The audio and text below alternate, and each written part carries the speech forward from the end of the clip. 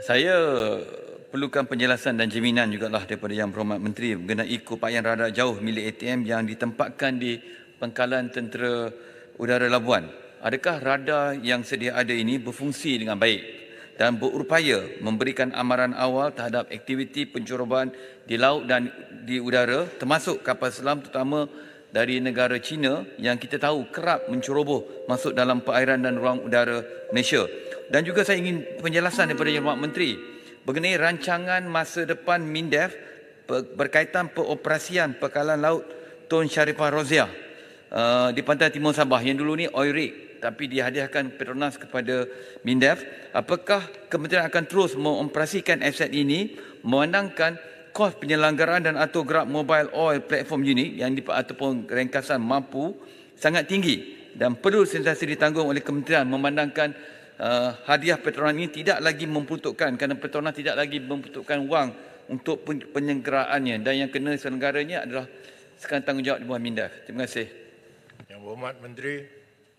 Tuan Ketua, berkenaan dengan LRR ataupun long range radar yang ada di Labuan tersebut, dia berfungsi dengan baik dan dia akan berfungsi banyaknya kita arahkan sekarang di Laut Cina Selatan itu. Kerana di kawasan pantai timur Sabah tersebut, di pesisirannya kita mempunyai sekurang-kurangnya sekarang kita cukup untuk kita berasa puas hati kerana adanya operasi-operasi opasi daripada di 6 kawasan, iaitu kawasannya berbagilah. Ada Regimen Askar Melayu Diraja, iaitu daripada 6 RMAD sekarang ni yang dia opasi 3 bulan. Ada juga Regimen Sempadan, ada juga daripada PARA, iaitu kita punya anggota PARA yang menjaga kawasan sempurna. Ini kawasan Datuk Seri Syafiq Abdallah ni, kawasannya PARA. Memang itu memang khas. Selain daripada kita punya tentera laut, Datuk Seri, ada juga kita punya apa yang kata kerjasama bersama dengan Filipina untuk mengawasi sempadan bersama dengan di Laut Sulu tersebut.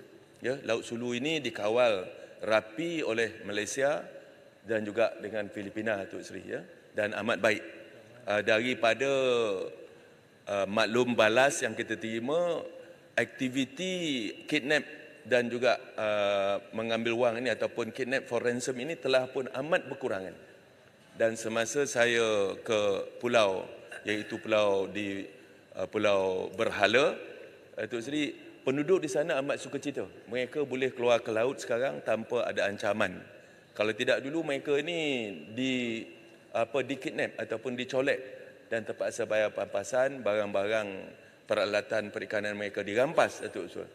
Tetapi tadi berkenaan long range radar di Labuan tersebut, kita banyak sekarang menghala kepada Laut Cina Selatan kerana kawasan tersebut sekarang ni amat sibuk.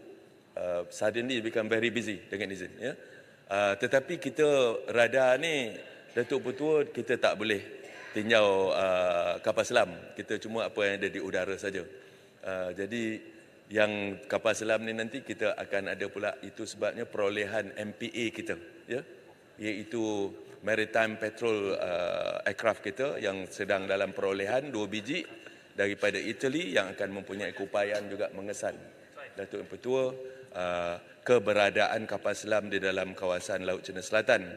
Kita juga sekarang, Datuk Ketua, akan meletakkan di dalam seram proses perolehan telah diluluskan oleh Majlis Keselamatan Negara untuk kita memperolehi satu lagi long range radar yang akan kita letakkan di kawasan layang-layang.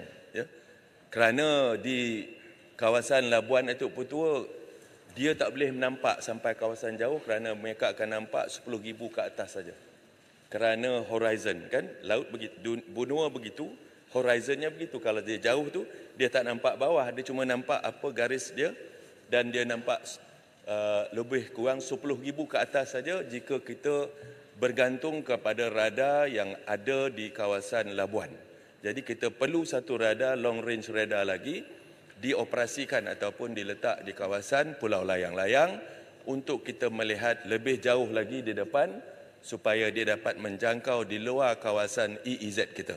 Jadi kita boleh tahu gerakan ataupun apa saja perkara berlaku di luar kawasan EEZ kita, Datuk Putu. Terima kasih.